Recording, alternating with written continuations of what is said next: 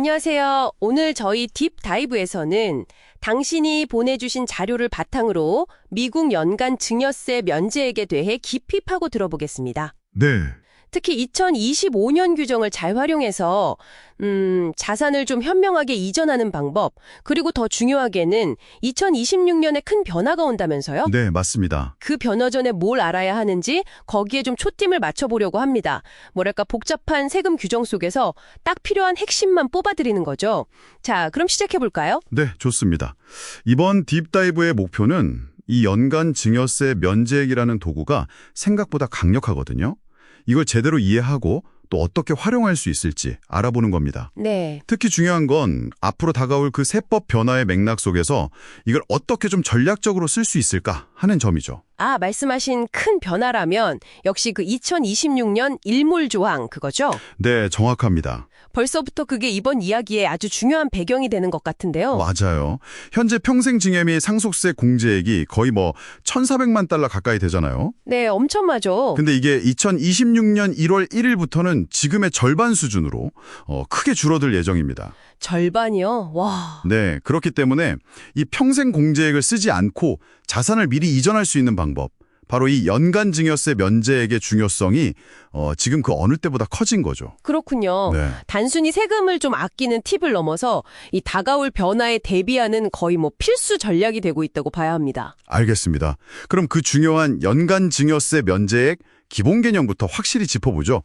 2025년 기준 액수가 얼마인가요? 2025년에는 한 사람이 다른 한 사람에게 증여세 신고 없이 줄 수 있는 최대 금액이 19,000달러입니다. 19,000달러. 아, 작년에 18,000달러였는데 올랐네요. 네, 맞아요. 조금 올랐죠. 이 제도의 가장 큰 장점은 이 한도 내에서는 일반적으로는 IRS의 증여세 신고서, 그 폼 709라고 하죠. 네, 폼 709. 그걸 제출할 필요가 없다는 거고요. 또 앞서 말씀드린 그 개인의 평생 공제액 있잖아요. 그걸 전혀 사용하지 않는다는 점이에요. 와, 19,000달러까지는 신고도 필요 없고 그 소중한 평생 공제액도 그대로 아낄 수 있다니 이거 정말 매력적인데요. 그렇죠. 그러면 여러 명한테 예를 들어 자녀가 셋이면 각각 19,000달러씩 총 57,000달러 이렇게 주는 것도 괜찮은 거죠. 받는 사람 수에는 제한이 없다고 들었는데요. 네, 맞습니다.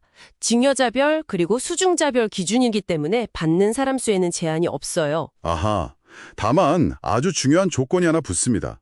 이 증여는 받는 사람이 즉시 그리고 아무 조건 없이 사용할 수 있는 소위 현재 이익, present interest여야 한다는 거예요. 현재 이익이요? 좀 더 설명해 주실 수 있나요? 네, 예를 들어서 자녀에게 현금을 바로 준다. 이건 현재 이익이 맞아요.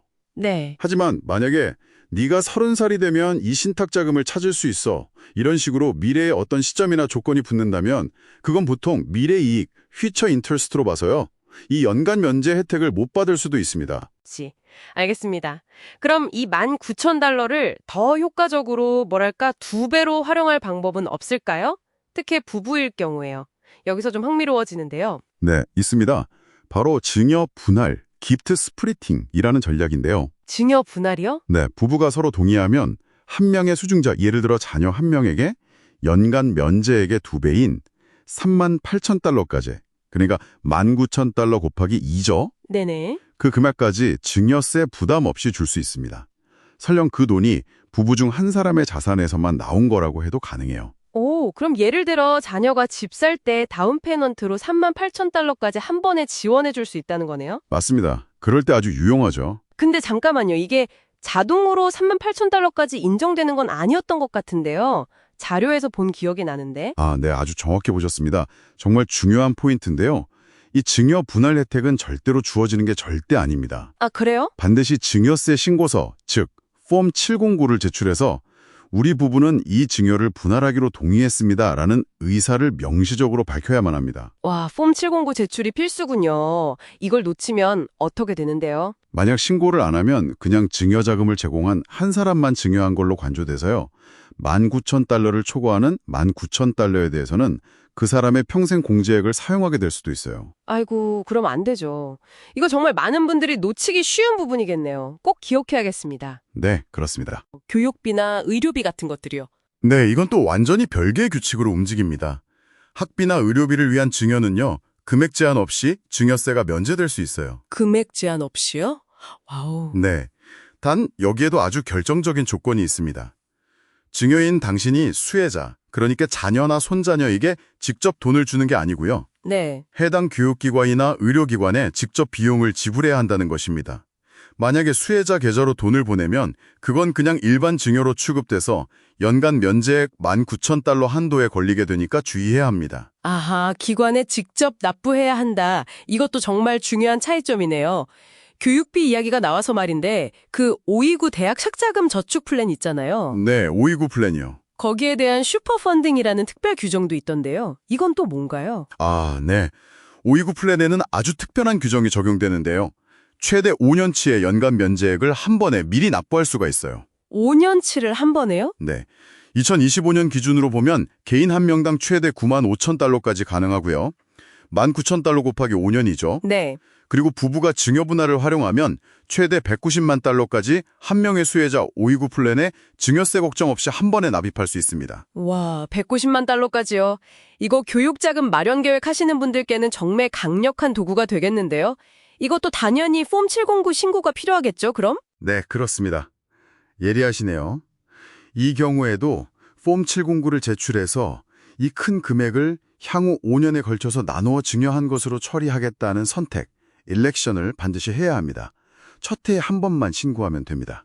폼 709 정말 계속 나오네요. 증여 분할 529 슈퍼 펀딩. 그럼 만약 이런 특별 규정 없이 그냥 실수든 아니면 계획적으로든 연간 한도인 19,000달러 혹은 부부 38,000달러를 넘겨서 증여를 하면 어떻게 되는 건가요?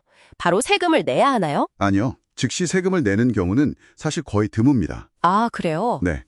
그 초과된 금액만큼 당신의 평생 공제액, 2025년 기준으로 약 1,400만 달러 가까이 되는 그 공제액에서 차감이 되는 거예요.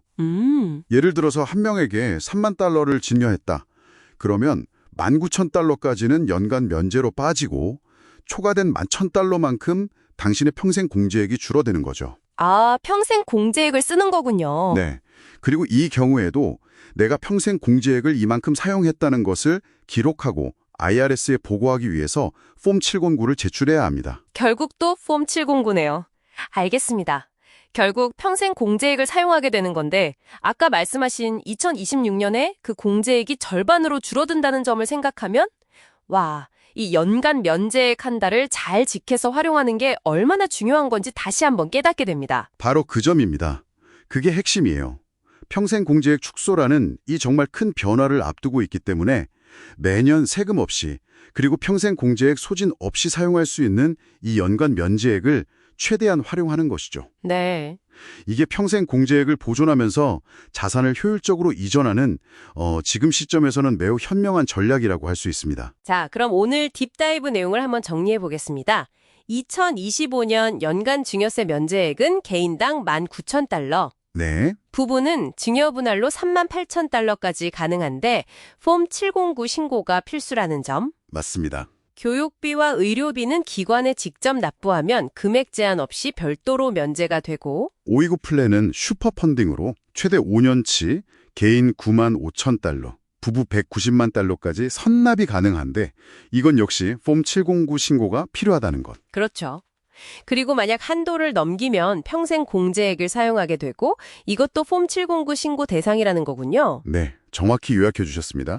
그리고 이 모든 전략의 중요성을 더 크게 만드는 게 바로 그 2026년 평생 공제액 축소라는 예정된 변화고요. 네. 이 변화에 대비하기 위해서라도 연간 면제액 활용 계획을 지금부터 세우는 것이 중요합니다. 네, 정말 그렇네요. 마지막으로 당신에게 질문 하나를 던지며 마무리할까 합니다.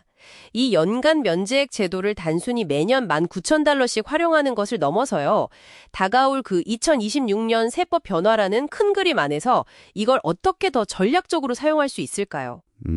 예를 들어서 지금 평생 공제액이 높을 때 이걸 좀 써서 큰 증여를 하는 것과 아니면 앞으로 남은 기간 동안 이 연간 면제액을 정말 꾸준히 최대한 활용하는 것, 이 두 가지 접근 방식 중에 당신의 장기적인 자산 계획에는 어떤 것이 더 적합할지 한번 깊이 생각해 보시는 건 어떨까요?